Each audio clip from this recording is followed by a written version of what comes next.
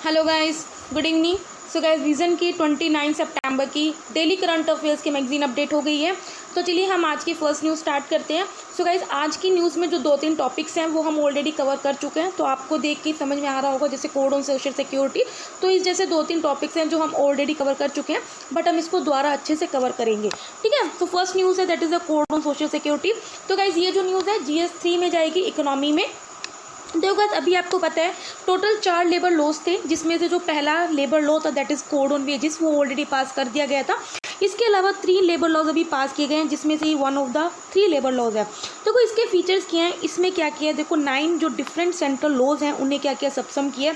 जैसे employ provident fund हो गया, मिसलेनियस प्रोविडेंट एक्ट हो गया, या मैटरनिटी बेनिफिट एक्ट हो गया।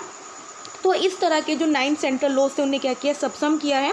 इन्होंने क्या किया, जो वर्कर्स की डेफिनेशन को एक्सटेंड किया, ताकि मैक्सिमम टू मैक्सिमम वर्कर्स क्या कर सके, इन स्कीम्स का फ़ायदा उठा सके। इन्होंने क्या किया, जो भी वेलफेयर मेजर्स थे उनकी प्रोटेक्शन में एक्सटेंड किया है। जैसे गिग वर्कर्स को ऐड किया है, प्लेटफॉर्म वर्कर्स को ऐड किया, या अनऑर्गेनाइज वर्कर्स को क्या किया, ऐड किया है। इसके अंदर साथ ही क्या किया, जो सेंट्रल गवर्नमेंट है उसे बोला गया कि आप कुछ ऐसी स्कीम फ्रेम करो ताकि हम क्या कर सकें, एम्प्लॉयज़ को कुछ वेलफेयर मेजर्स प्रोवाइड कर सकें। जैसे उनको life and disability cover provide कर सके, लाइक एन इंश्योरेंस। ठीक है, या फिर जो आपके यहाँ पे काम कर रही है अगर महिला, तो उन्हें मैटरनिटी बेनिफिट्स प्रोवाइड कर सकें, हेल्थ बेनिफिट्स प्रोवाइड कर सकें, ओल्ड एज प्रोटेक्शन प्रोवाइड कर सकें, या एजुकेशन या एक्सेट्रा जो भी चीज़ें उन्हें प्रोवाइड कर सकें।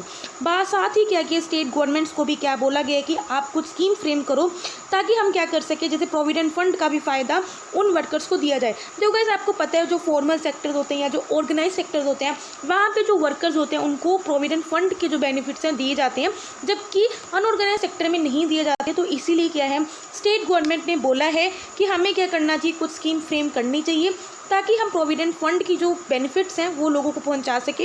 इसमें क्या करना चाहिए, एक एम्प्लॉयमेंट इंजरी बेनिफिट की भी पहुंचाना, मतलब कि देना चाहिए। लाइक अगर कोई काम के वक्त अपनी ड्यूटी करते हुए इंजर्ड हो जाए तो उसमें की जो बेनिफिट है वो उनको प्रोवाइड करना चाहिए। हाउसिंग बेनिफिट्स भी देना चाहिए। उनके बच्चों के लिए कुछ एजुकेशनल स्कीम्स हैं उनमें भी उनको बेनिफिट पहुँचाना चाहिए। वर्कर्स की स्किल अपग्रेडेशन, रीस्किलिंग, अपस्किलिंग, इन सब में भी उनको बेनिफिट प्रोवाइड करना चाहिए। साथ में फ्यूनरल असिस्टेंस या ओल्ड एज होम की जो सुविधा है वो सब उनको देना चाहिए। साथ में इसमें क्या किया, अभी जो इंटर स्टेट माइग्रेंट वर्कर्स की जो डेफिनेशन है उसे भी एक्सपेंड किया है। ठीक है, देखो गाइस, अगर सपोज करो कोई बिहार से माइग्रेट हो रहा है, लेबर हरियाणा आ रहा है, देखो वो उसके पास 2 ही काम है, या तो वो अपना मतलब कि सेल्फ एम्प्लॉयड होएगा, लाइक अपनी कोई ठेली लगा सकता है। ठीक है, या फिर वो क्या कर सकता है, किसी भी जो लेबर से है, किस मतलब कि जहाँ ऑर्गेनाइज सेक्टर में वो काम कर सकता है। ठीक है, तो इसमें क्या, अगर कोई सेल्फ एम्प्लॉयड पर्सन है उसको भी इसमें क्या किया, एम्प्लॉय मतलब कि ऐड किया गया है। अभी क्या किया, लेकिन कुछ रिलैक्सेशन दिए सेंट्रल गवर्नमेंट ने बोला है, क्योंकि भैया अभी क्या चल रहा है, कोविड-19 चल रहा है, तो आप क्या कर सकते हो, जो भी कोर्ट के प्रोविजंस हैं उन्हें अभी टेम्परेरी टाइम पे 3 मंथ तक क्या कर सकते हो, पोस्टपोन किया है। ठीक है, तो अभी क्या है, उन्हें रिलैक्स दे दिया गया कि अभी आप 3 मंथ तक क्या है, इन्हें कॉम्प्लाई नहीं भी करेंगे तो भी कोई दिक्कत नहीं है। अब भाई डेफिनेशंस क्या है, हमने सब कुछ अच्छे से पढ़ा हुआ है। तो क्या गिग वर्कर्स मैंने आपको बताया था, जो टेम्परेरी वर्कर्स होते हैं, जो कॉन्ट्रेक्चुअल बेसिस पे काम करते हैं, उन्हीं को हम गिग वर्कर बोलते हैं। गिग वर्कर वो पर्सन होता है जो क्या करता है, वो काम करता है या पार्टिसिपेट करता है वर्क अरेंजमेंट में, या उन एक्टिविटी से अर्न कर सकता है outside of the traditional employer employ relationship. मतलब कि उन एम्प्लॉयर और एम्प्लॉय में डायरेक्ट रिलेशनशिप नहीं होता है, उनके आउटसाइड होते हैं। ठीक है, प्लेटफॉर्म वर्कर मैंने आपको बताया था, ये भी वो अरेंजमेंट होते हैं जो मेनली ऑनलाइन प्लेटफॉर्म को यूज़ करते हैं। ठीक है, जैसे अमेजोन का डिलीवरी बॉय बताया था आपको, ओला या उबेर, इन सब के जो वर्कर्स होते हैं उन्हीं को हम बोलते हैं प्लेटफॉर्म वर्कर, या कोई भी ऐसी एक्टिविटी जिसको सेंट्रल गवर्नमेंट या स्टेट गवर्नमेंट ने क्या किया, नोटिफाई किया गया। तो क्या अनऑर्गेनाइज सेक्टर मेनली वो होते हैं, जो वो सेक्टर जिसमें लेस देन जो 10 वर्कर्स हैं काम करते हैं। ठीक है, जो अनऑर्गेनाइज सेक्टर क्या होता है, होम बेस्ड वर्कर्स हो गए, ठीक है, सेल्फ एम्प्लॉयड वर्कर हो गए, वेज वर्कर हो गए। साथ में इसमें उन वर्कर्स को भी ऐड किया गया है जो ऑर्गेनाइज सेक्टर में काम कर रहे हैं लेकिन वो इंडस्ट्रियल डिस्प्यूट्स एक्ट के अंडर अगर कवर नहीं हो रहे हैं तो उन्हें भी ऐड किया गया है। देखो इंटर स्टेट माइग्रेंट वर्कर्स में इन्होंने क्या किया, उन पर्सनस को ऐड किया है जो अपनी स्टेट से दूसरी स्टेट में आई हैं और एम्प्लॉयमेंट कर रहे हैं इन एस्टेब्लिशमेंट ऑफ अनदर स्टेट। ठीक है, तो गाइस आई होप आपको ये समझ में आया होगा। चलिए हम नेक्स्ट न्यूज़ की तरफ बढ़ते हैं अपना। Ministry of Road Transport and Highways ने अभी नोटिफिकेशन क्या किया है, जारी किया to allow use of hydrogen CNG। तो गाइस ये जो न्यूज़ है GS3 में एनवायरनमेंट सेक्शन में कवर होगा। तो गाइस आपको पता है हाइड्रोजन CNG की क्यों प्रमोट हो रहा है, ताकि क्योंकि ग्रीन फ्यूल है, कार्बन एमिशंस कम करेगा, तो इसलिए क्या किया है, इसका एम यही है कि हम क्या कर सकें, ग्रीन फ्यूल्स को प्रमोट कर सकें इन automobile sector. Ministry of road and transport ने क्या किया है, अभी नोटिफाई किया है कि डिफरेंट फ्यूल्स हैं, अल्टरनेटिव फ्यूल्स हैं जिसे आप यूज़ कर सकते हो apart of petrol and diesel, जैसे बायो सीएनजी हो गया, मिथेनॉल हो गया, इथेनॉल हो गया, जो कि क्लीन फ्यूल्स में आते हैं फॉर ट्रांसपोर्टेशन। तो जो हाइड्रोजन सीएनजी होते हैं ये मेनली क्या देखो नाम से पता चल रहा है, इसमें हाइड्रोजन और सीएनजी दोनों का मिक्सचर होता है, जिसमें जो हाइड्रोजन कंसनट्रेशन कितनी होती है 18%। देखो गाइस आइडल होनी चाहिए, मतलब 18% तो मतलब 18% ही होनी चाहिए, उससे कम ज़्यादा नहीं होनी चाहिए। सीएनजी आपको पता ही कॉम्प्रेस नेचुरल गैस होती है। नेचुरल गैस में मेनली क्या क्या होता है, मीथेन होता है, और सीएनजी एमिट करती है कम लेस एयर पोल्यूटेंट्स को ये एमिट करती है, जैसे carbon dioxide, carbon monoxide, nitrogen oxides, particulate matter, ये काफ़ी कम मात्रा में क्या करती है, एमिट करती है एज कम्पेयर टू पेट्रोल और डीजल। अब बेनिफिट्स क्या है हाइड्रोजन सीएनजी के, देखो अगर हम कन्वेंशनल सीएनजी से कंपेयर करें तो हाइड्रोजन सीएनजी का जो यूज़ है वो कार्बन मोनोऑक्साइड की एमिशन को नियरली 70% कम कर सकता है। साथ में क्या हाइड्रोजन से ही सेफ़र भी है, क्योंकि जो इसका एनर्जी कंटेंट है वो बहुत ही कम है। साथ में क्या देखो इसके लिए आपको कोई न्यू इंफ्रास्ट्रक्चर नहीं क्रिएट करना पड़ेगा, एग्जिस्टिंग जो सीएनजी इंफ्रास्ट्रक्चर होता है उसी में आप क्या कर सकते हो, हाइड्रोजन सीएनजी को यूज़ कर सकते हो। साथ में आपको ना ही कोई इंजन में कोई मॉडिफिकेशन चाहिए होगी। चैलेंजेस क्या है, देखो इश्यूज़ क्या है, इशू सबसे पहले यही है कि इसमें क्या है, देखो ऑप्टिमाइज, मैंने आपको बताया ना हाइड्रोजन की कंसंट्रेशन कितनी होनी चाहिए 18%, तो वो ऑप्टिमाइज जो ये हाइड्रोजन टू नेचुरल गैस की रेशियो इसको मेंटेन करना बहुत मुश्किल होगा। साथ में क्या है, स्टोरेज इश्यूज़ बहुत ज़्यादा प्रॉब्लम है। सप्लाई इंफ्रास्ट्रक्चर, मतलब कि अगर आपको हाइड्रोजन सीएनजी दूसरी एरिया में आपको ट्रांसपोर्ट करने तो वो भी एक बड़ा इशू है। साथ में क्या ये काफ़ी एक्सपेंसिव है एज़ कम्पेयर टू सीएनजी। और क्या स्टेप्स लिए गए हैं ग्रीन एनर्जी को प्रमोट करने के लिए ऑटोमोबाइल सेक्टर में, देखो हम हाइब्रिड इलेक्ट्रिक व्हीकल्स का काम लेके आ रहे हैं, सीएनजी इलेक्ट्रिक व्हीकल्स, अभी हमने कल ही न्यूज़ पढ़ी थी कि कितने इलेक्ट्रिक व्हीकल्स हमने लॉन्च किए हैं, कितने इलेक्ट्रिक चार्जेस जो पोर्ट्स हैं उन्हें हमने लॉन्च किया है। क्लीन डीजल व्हीकल्स को प्रमोट करें, जैसे BS6 नॉर्म्स लेके आ रहे हैं, या फिर हम क्या करें ब्लेंड का यूज़ करें, जैसे बायो पेट्रोल में बायो इथेनॉल को ब्लेंड, ठीक है, या फिर बायो डीजल में हम ब्लेंड करते हैं डीजल का, ठीक है। तो इन ब्लेंड की हम क्या कर रहे हैं, काम कर रहे हैं, ताकि हम क्या कर सकें, ज़्यादा से ज़्यादा जो ग्रीन एनर्जी है उसे क्या कर सकें, प्रमोट कर सकें। आगे बढ़ते हैं। New science and technology policy 2020 plans to rate institutions on support for women staff. तो गाइस ये जो न्यूज़ है ये आपको पता ही चल रही होगी, GS3 में साइंस एंड टेक्नोलॉजी सेक्शन में है। तो गाइस अभी क्या है, कुछ न्यू है साइंस एंड टेक्नोलॉजी पॉलिसी आई है, वो क्या कर रही है कि अब हम इंस्टीट्यूशंस को जो रेटिंग देंगे वो हम उसके बेसिस पे देंगे कि इस इंस्टीट्यूशन में कितना वुमेन स्टाफ है, नंबर ऑफ वुमेन्स कितनी है, उसके अकॉर्डिंग हम क्या करेंगे, रैंक करेंगे इस इंस्टीट्यूट्स को। देखो DST that is the department of science and technology plan कर रहे हैं कि हम क्या करेंगे, ताकि ज़्यादा से ज़्यादा वुमेन लीडर्स को क्रिएट किए ले, इसलिए हम क्या करें, ये कदम उठाया जा रहा है। अगर हम प्रेजेंटली जो सिनेरियो देखा जाए तो नेशनल टास्क फोर्स जो वुमेन पे है उसकी रिपोर्ट के अकॉर्डिंग देखा जाए ओनली 15% है जो इंडिया में जो रिसर्च एंड डेवलपमेंट के एरिया में जो वुमेन है वो इन्वॉल्व है, जबकि ग्लोबल एवरेज कितना 30%। मतलब कि अगर 100 लोग रिसर्च एंड डेवलपमेंट एरिया, जो इसका ग्लोबली एवरेज है वो कितना है 30% है, ठीक है। अगर हम देखा जाए जो हाई प्रोफाइल इंस्टीट्यूशंस हैं, जो हमारे टॉप इंस्टीट्यूशंस हैं, जैसे IITs होगी, IISc होगी, वहाँ पे जो वुमेन फैकल्टीज़ हैं, मतलब कि एज अ वुमेन जो प्रोफेसर्स हैं, जो वुमेन फैकल्टी है वो भी बहुत कम है, ओनली 10 to 12% है। साथ में जो कि शांति स्वरूप भटनागर अवार्ड होते हैं, देखो ये शांति स्वरूप भटनागर अवार्ड्स किसी को हम बोलते हैं, देखो शांति स्वरूप वो थे जिन्होंने CSIR को ऑर्गेनाइज़ किया था, उनको इंस्टीट्यूट किया था। तो इसको अगर देखा जाए तो पिछले 62 ईयर्स में ओनली 20 वुमेन को ही किया गया शांति स्वरूप भटनागर अवार्ड का दिया गया, ठीक है। अब क्या क्या इश्यूज़ हैं जो वुमेन के द्वारा फेस किए जा रहे हैं, जो कि वुमेन्स का जो कंट्रीब्यूशन है वो बहुत कम है साइंस और टेक्नोलॉजी सेक्शन में। तो क्या सबसे पहले तो यही है, सोशल कंडीशनिंग है, मतलब कि जेंडर बायस है, हमारा पैट्रियार्कल सोसाइटी है, अर्ली मैरिज हो जाती है जिस वजह से कि जो वुमेन की रिस्पॉन्सिबिलिटीज़ हैं वो बढ़ जाती हैं। ऑर्गेनाइजेशनल प्रैक्टिस जैसे आपको पता ही है, हमारा इंडिया है हमेशा जेंडर डिस्क्रिमिनेट रहा है, क्लास सीलिंग रही है एक्सेट्रा। तो ये सब इशूज़ हैं जो वुमेन के द्वारा फेस किए जाते हैं। अब क्या क्या गवर्नमेंट ने क्या क्या स्टेप्स लिए गए हैं ताकि हम क्या करें, वुमेन की जो पार्टिसिपेशन है उसे हम इंक्रीज़ किए। तो सबसे पहले किरण है knowledge involvement in research advancement through nurturing.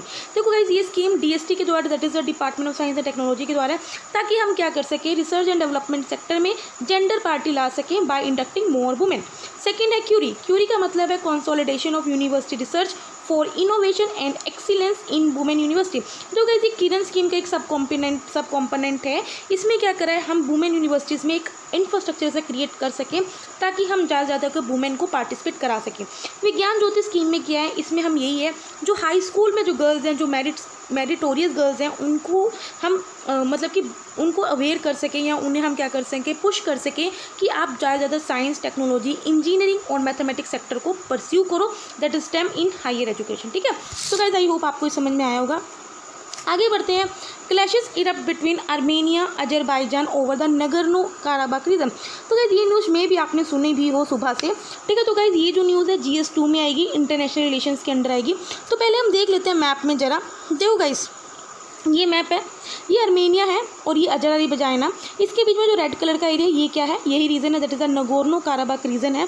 तो गाइस अगर हम इसके नॉर्थ में देखें तो रशिया है। ठीक है, अगर हम इसके ईस्ट में देखें तो भाई कास्पियन सी है, और अगर हम इसके वेस्ट में देखें तो क्या है, टर्की है, और अगर हम इसके साउथ में देखें तो क्या है, ईरान है।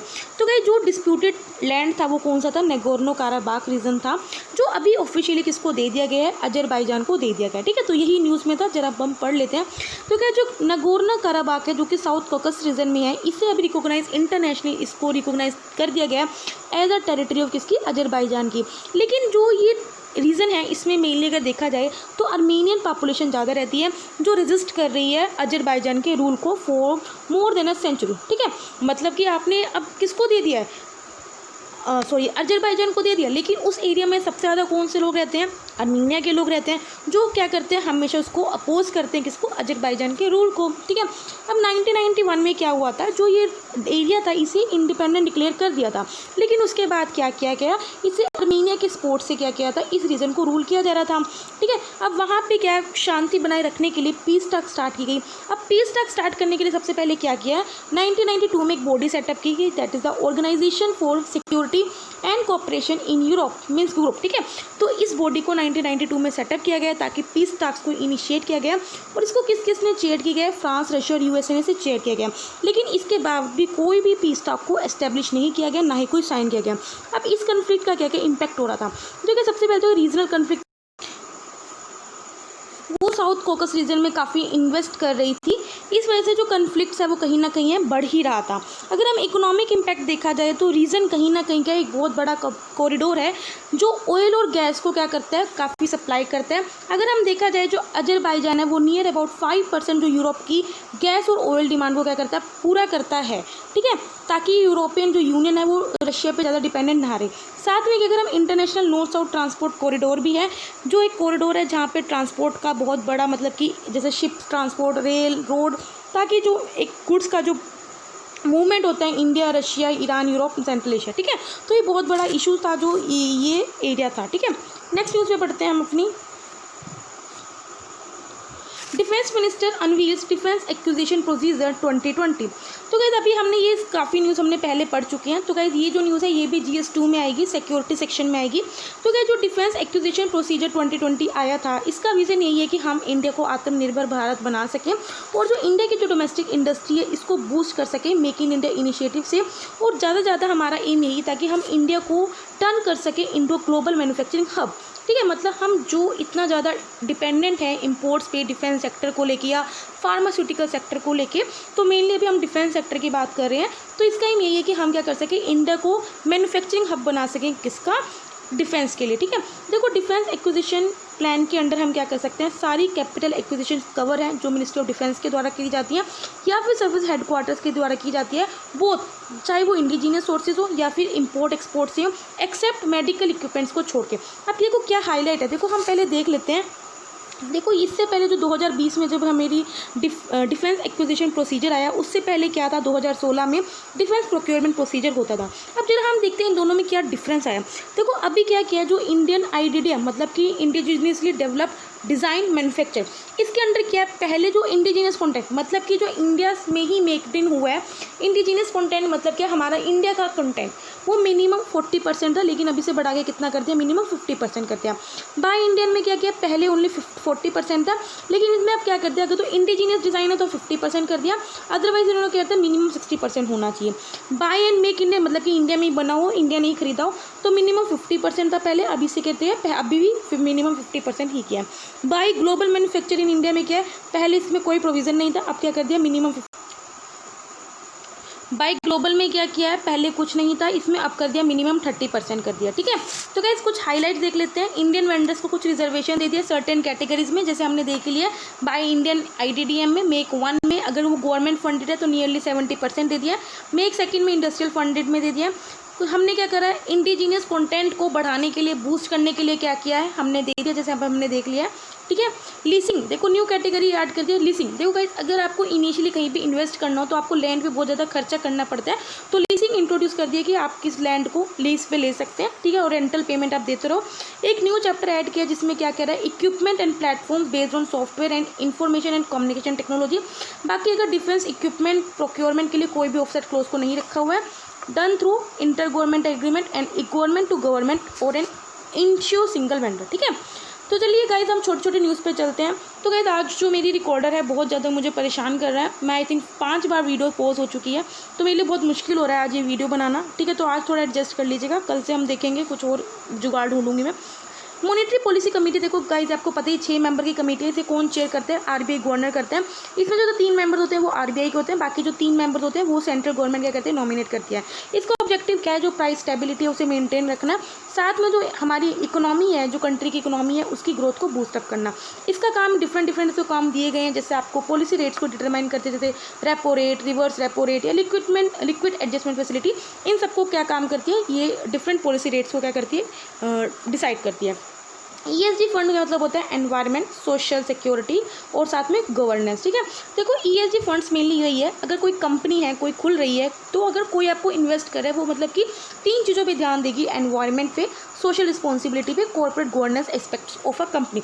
आजकल जो इन्वेस्टर्स हैं, स्पेशली जो लार्ज या जो इंस्टीट्यूशनल प्लेयर्स हैं, जैसे पेंशन फंड्स हो गए, वो स्पेशली जो US और यूरोप के हैं, वो मेनली कहाँ पर इन्वेस्ट करना चाहते हैं, एक सेकेंड,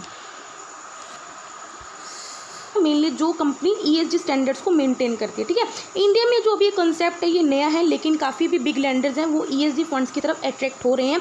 पहला इंडिया में जो ESG फंड है वो SBI ने लॉन्च किया, that is the SBI Magnum equity ESG fund. आगे बढ़ते हैं UMANG, that is the unified mobile application for new age governance. तो गाइस ये जो ऐप है ये क्या करेगी, इंडियन सिटीजन्स को एक सिंगल प्लेटफॉर्म प्रोवाइड करेगी। यहाँ पे गवर्नमेंट की सभी सर्विसेज आप प्रोवाइड करेगी, जैसे गवर्नमेंट बॉडीज़ की, सेंट्रल गवर्नमेंट बॉडीज़ की, या जो भी सिटीजन से रिलेटेड जो भी सर्विसेज हैं उनको असेस करेगी। ये किसके द्वारा डेवलप किया गया है, ministry of electronics and information technology के द्वारा डेवलप किया गया। साथ में नेशनल ई गवर्नेंस डिवीज़न ने भी क्या किया है, इसे डेवलप किया है ताकि हम मोबाइल गवर्नेंस को बूस्ट कर सकें। ये डिजिटल इंडिया का एक इनिशिएटिव है जिसमें हम क्या कर रहे हैं, सिटीजन्स को कॉमन यूनिफाइड प्लेटफॉर्म प्रोवाइड कर रहे हैं ताकि वो गवर्नमेंट सर्विसेज को एक यूनिफाइड प्लेटफॉर्म पे क्या कर सके, असेस कर सके। आगे बढ़ते हैं फूड फोर्टिफिकेशन। तो गाइस फूड फोर्टिफिकेशन का मतलब क्या होता है, अभी कोई फूड है जैसे राइस हो गया, व्हीट हो गया, उसमें क्या है, आप विटामिन को ऐड करना है, मिनरल्स को ऐड करना, ताकि जो आप में विटामिन की जो डेफिशिएंसी है उसे काउंटर कर सके, ठीक है। तो फोर्टिफिकेशन में यही होता है कि हम कुछ विटामिन या मिनरल्स को एडिशन करते हैं, जैसे आयरन हो गया, iodine, zinc, vitamin A, vitamin D, किसमें, जैसे आपका जो स्टेपल फूड है जैसे राइस, व्हीट, ऑयल, मिल्क या सॉल्ट, ताकि उसका जो न्यूट्रिशनल कंटेंट है वो हम क्या कर सकें, इंप्रूव कर सकें। तो अभी जो FSS चाहिए उसका एम यही है कि हम क्या कर सकें, एडिबल ऑयल को फोर्टिफाई कर सकें विटामिन ए और विटामिन डी की डेफिशिएंसी को काउंटर करने के लिए, जिससे जो हमारे इंडिया का जो माल न्यूट्रिशन है वो भी काउंटर होगा। इस न्यूट्रिएंट्स को ऐड करना फूड में बिफोर प्रोसेसिंग, ये मतलब कि अलाउड है, साइंटिफिकली प्रूवन भी है, कॉस्ट इफेक्टिव भी है, सस्टेनेबल ग्लोबल इंटरवेंशन भी है, ताकि हम जो माइक्रोन्यूट्रिएंट की डेफिशिएंसी की जो प्रॉब्लम है उससे हम क्या कर सकें, काउंटर कर सकें। आगे बढ़ते हैं हिमालयन चंद्र टेलीस्कोप। तो गाइस ये जो ऑप्टिकल इंफ्रारेड टेलीस्कोप है इसका एम क्या है, सोलर सिस्टम बॉडीज़ की स्टडी करना, हमारे एक्सटर्नल गैलेक्सीज में स्टार कैसे फॉर्मेशन होते हैं उनको स्टडी करना। इसको इंडियन एस्ट्रोनॉमिकल ऑब्जर्वेटरी जो कि लद्दाख में है वहाँ पे इंस्टॉल किया गया है। इसका जो नाम रखा गया है वो किसके नाम पे रखा गया है, सुब्रमण्यम चंद्रशेखर के नाम पे रखा गया है, जो कि इंडिया के नोबल लॉरेट रह चुके हैं। इसको अभी रिमोटली ऑपरेट किया जाएगा using a dedicated satellite communication link, कहाँ से, centre of research and education in science and technology और साथ में इंडियन इंस्टीट्यूट ऑफ एस्ट्रोफिजिक्स, ये वो क्या करेंगे, इसको ज्वाइंटली ऑपरेट करेंगे। अब बढ़ते हैं डेस्टिनेशन नॉर्थ ईस्ट। तो गाइस ये एनुअल फेस्टिवल है जो कौन ऑर्गेनाइज करते हैं, ministry of development of north east region. इसका ऑब्जेक्टिव यही कि हम क्या कर सकें, जो नॉर्थ ईस्ट रीजन को हमारी कंट्री के जो अदर पार्ट्स हैं उन सब क्या कर सकें, कोऑपरेट लेके आ सके, उनको इकट्ठा लेके आ सकें, to bring them closer together, और वहाँ का जो नेशनल इंटीग्रेशन है उससे हम क्या कर सकें, स्ट्रेंथन कर सकें। इस साल जो थीम थी वो क्या थी, emerging delightful destination. Last news that is the शहीद भगत सिंह, ठीक है। 1924 में आपको पता है ये हिंदुस्तान रिपब्लिक एसोसिएशन के मेंबर बने थे। इन्होंने नौजवान भारत सभा भी फाउंड आउट करी थी और ये हिंदुस्तान सोशलिस्ट रिपब्लिक एसोसिएशन के को फाउंडर भी थे 1928 में। तो अगर आपको पता है इन्होंने लाहौर कॉन्स्पिरेंसी केस में इनको फांसी जो हुई थी वो लाहौर कॉन्स्पिरेंसी केस की वजह से हुई थी, ना कि सेंट्रल असेंबली में बॉम्ब फेंकने की वजह से। ये आप याद रखना, यूपीएससी कंफ्यूज करती है। भगत सिंह को इसलिए चार्ज किया गया था क्योंकि उन्होंने सॉन्डर्स मर्डर केस में इन्वॉल्व थे, इसी को हम क्या बोलते हैं, लाहौर कॉन्स्पिरेंसी केस। साथ में राजगुरु और सुखदेव को भी फांसी दी गई थी, आपको पता है। इनको कब 23 मार्च को हैंग किया गया था 1931 में। इन्होंने एक नोटबुक भी लिखी थी, बुक्स भी लिखी थी, जिसका नाम था YIMIN अथस, ठीक है। तो यहाँ पे डेली करंट अफेयर्स कंप्लीट होते हैं। अगर आपको अच्छा लगे तो लाइक करना, कोई भी डाउट हो तो कमेंट करना। तब तक के लिए बाय बाय, टाटा।